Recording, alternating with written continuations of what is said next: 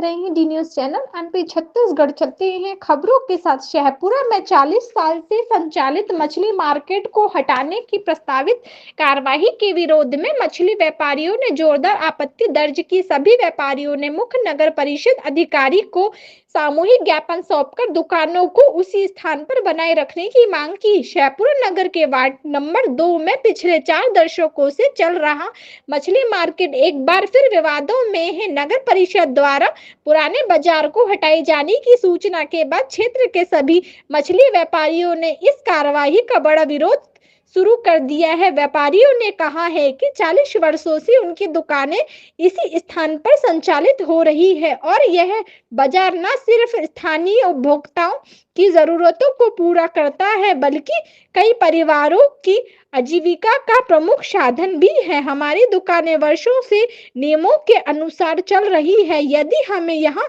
से हटाया गया तो सैकड़ों लोगों की रोजी रोटी पर असर पड़ेगा। नगर परिषद पहले वैकल्पिक व्यवस्था करे तभी हटाने पर विचार हो।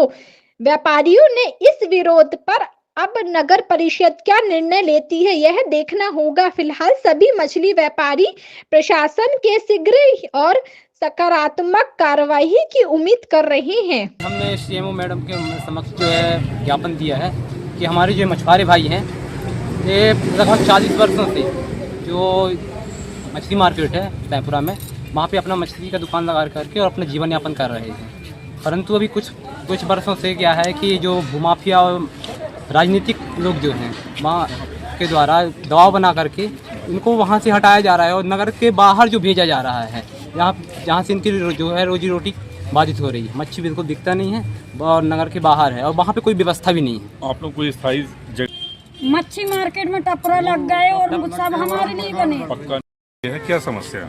अभी पिछले विगत 2-3 सालों से अभी जो मछली मार्केट चल रहा है और यहाँ के मछली व्यापारियों के द्वारा जो संचालित की जा रही थी दुकान, उनको नगर परिषद के द्वारा बिना नियम बिना आधार के वहाँ से हटाया जा रहा था।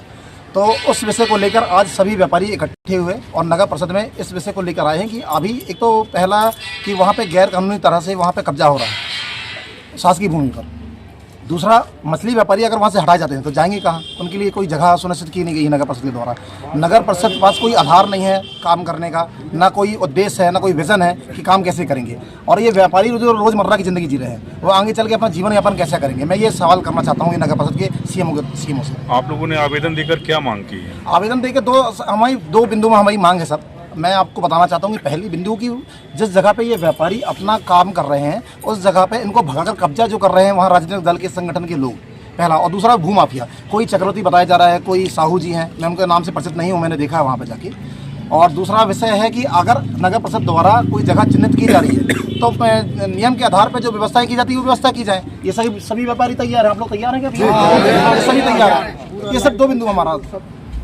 आगे क्या रणनीति रहेगी? आगे अगर नगर परिषद द्वारा ये रवैया बर्बरता, अभी सुनने को मिला कि कुछ व्यापारी मेरे को बताए हैं कि नगर परिषद के कुछ कर्मचारी जाकर उनके दुकानों में लात मारना, इस प्रकार की बर्बरता सामने आई है। अगर इस प्रकार की कोई बर्बरता आती है सामने दोबारा तो हम लोग के द्वारा उग्र आंदोलन किया जाएगा। ठीक। इन्होंने मछली मार्केट को लेके कुछ ज्ञापन दिया है। अब उसको मैं एसडीएम सर से समझ के इनको स्थान के विषय में इन्होंने दिया हुआ है, तो एसडीएम सर से हम इस विषय पे चर्चा करेंगे। चर्चा करने के उपरांत ही फिर कार्रवाई करेंगे जो नियमानुसार होगी। मैडम, कुछ सुनने को ये भी आया कि यहाँ नगर परिषद के लोग जाकर के उनके मतलब दुकानों में लात मारे या कुछ ऐसा करके भी बोल रहे थे। नहीं, अभी तो मेरे पास ऐसी कोई बात नहीं आई है।